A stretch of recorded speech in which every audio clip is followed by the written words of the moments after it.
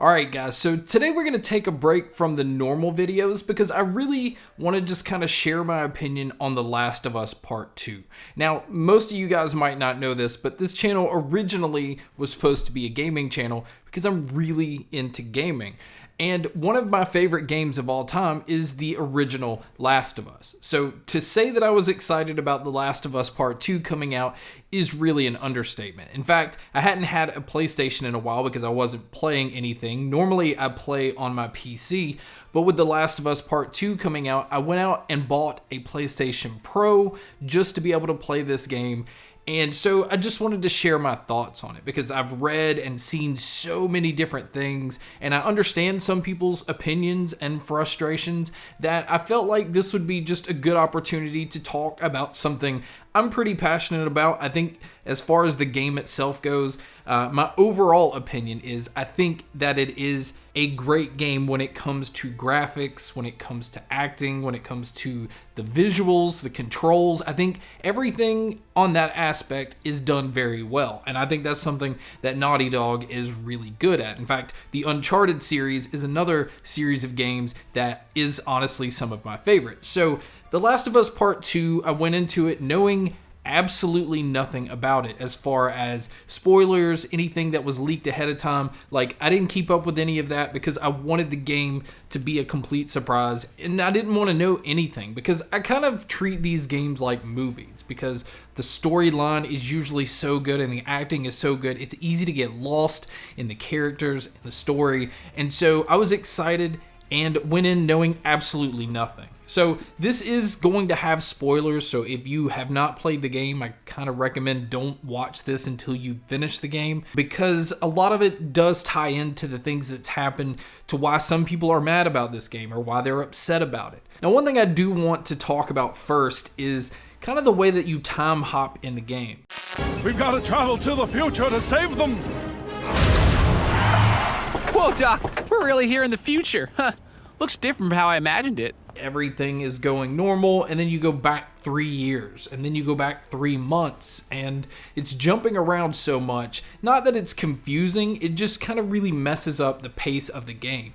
It kind of messes up the momentum and the flow you feel like you're having, because then you're taking a step back, and it just kind of pulls you out of it. So that's one thing I was not crazy about. This is also something that Uncharted does as well. What it's trying to do is tell a backstory and allow you to kind of play that backstory, and at least for me, it just feels like it kind of pulls you out of the game. Now, one thing that is done within the first few hours of the game is Joel, who a lot of people have an attachment to because of the first game, because he was the main character, at least the one that you got to control most of the time.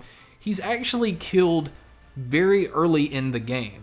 Some people are really mad about the way that it happened, and he's killed by this one character whose name is Abby, which eventually later you'll kind of hear the backstory on why that is, but it's done in a brutal way for him to be killed by her taking him out with a golf club after he did in fact just kind of save her from a pretty sketchy situation. Joel, no! It's all right, Ellie. I've got a med pack left.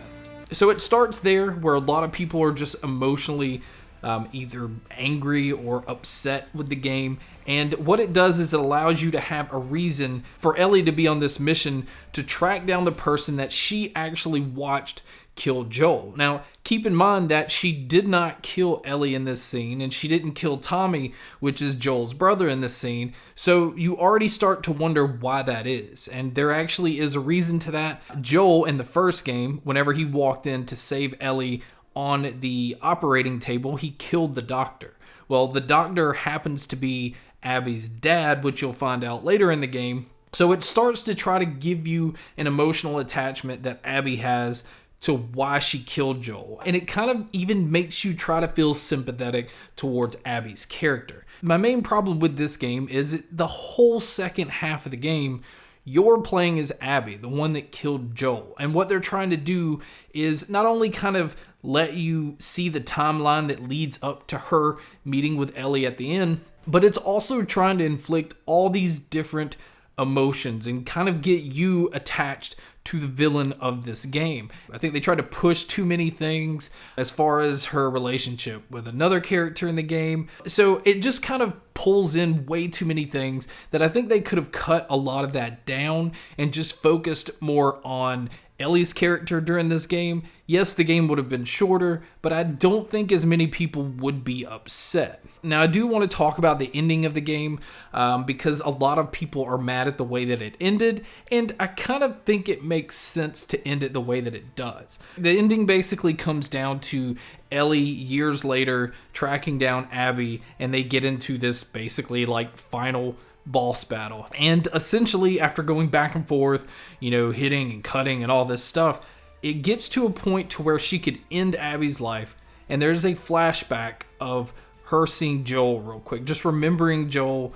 And ultimately that leaves her to just letting Abby go. So a lot of people have the issue with this, that flashback of Joel should have just kind of enraged her more to kill her. And I get that. But at the same time, I think she has that deeper understanding of losing somebody and the frustration and the anger that causes. And so she kind of stops the cycle there, which is confusing considering that most of the game you're trying to track Abby down to end her, and you already knew that she killed Joel. So none of that part makes sense to me. But the fact that she lets her go shows that throughout Ellie's development and anger and all this that she had pent up, ultimately she just felt like the right thing to do, no matter the anger and the resentment she had towards this character, was to let her go because there was some sort of understanding to why Abby was out to go after Joel, because Joel killed her father. And all the people that had to die to get up to this point, Ellie starts to kind of question and feel these different things as though, was it worth all these other people losing their lives just because she's trying to get back at this one person for killing Joel. So I think it just kind of leaves it where a lot of people have their own interpretation of the game. It's kind of like a really good movie. A lot of movies just come down to how each person interprets it.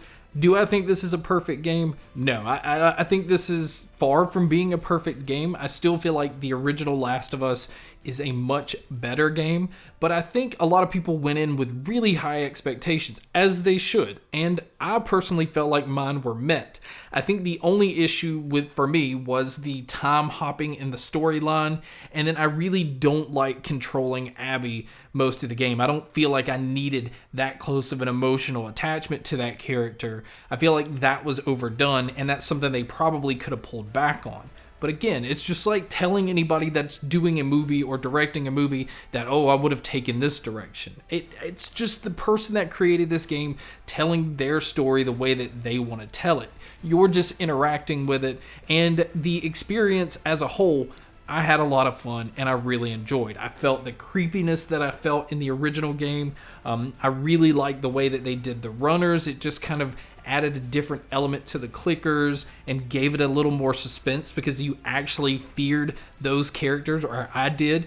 It's something I haven't felt since actually coming across the original clickers in the first game, where you felt, there's a fear towards these characters because you have to look out for them at all times. So I enjoyed that aspect of it. And the combat itself, I really enjoyed the brutal side of it. I think that's done very well. And overall, I enjoyed it. I'm glad I got to play it. I'm glad I got to experience it. As a whole, it just still destroys most other games that are out there. So I don't understand why a lot of people would just rate it as a negative, like this game is just awful, when you don't get this type of experience with most other games. And so it was worth it in my opinion. I enjoyed it. So that's my opinion/review on The Last of Us Part 2. Thank you guys so much for watching this video. Thank you so much for watching all the other videos. And as always, make sure to stay tuned for more. Ellie, stop acting so stupid! You stop acting so stupid. Okay.